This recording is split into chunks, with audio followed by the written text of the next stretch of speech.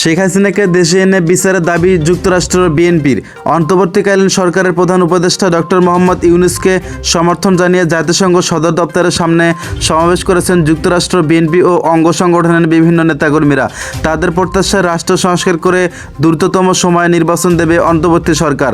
এছাড়া গণঅভ্যুত্থানের মুখে ভারতে পালিয়ে যাওয়া সাবেক প্রধানমন্ত্রী শেখ হাসিনাকে দেশে ফিরিয়ে এনে বিচার করার দাবিও জানান বিএনপি নেতারা।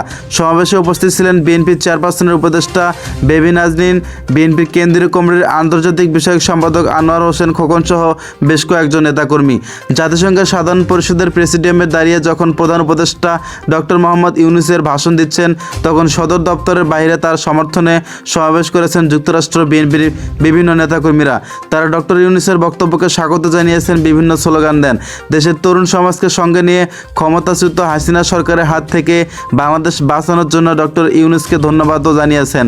বিএনপির আন্তর্জাতিক বিষয়ক সম্পাদক বেবি নাজনীন বলেছেন, আমরা আশা করি সমস্ত রাষ্ট্রপ্রধানরা ডক্টর মোহাম্মদ ইউনূসের বক্তব্য সাড়া দেবেন এবং বাংলাদেশের অর্থনৈতিক পুনর্গঠনের নিশ্চয়ই এটা একটি গুরুত্বপূর্ণ ভূমিকা রাখবে।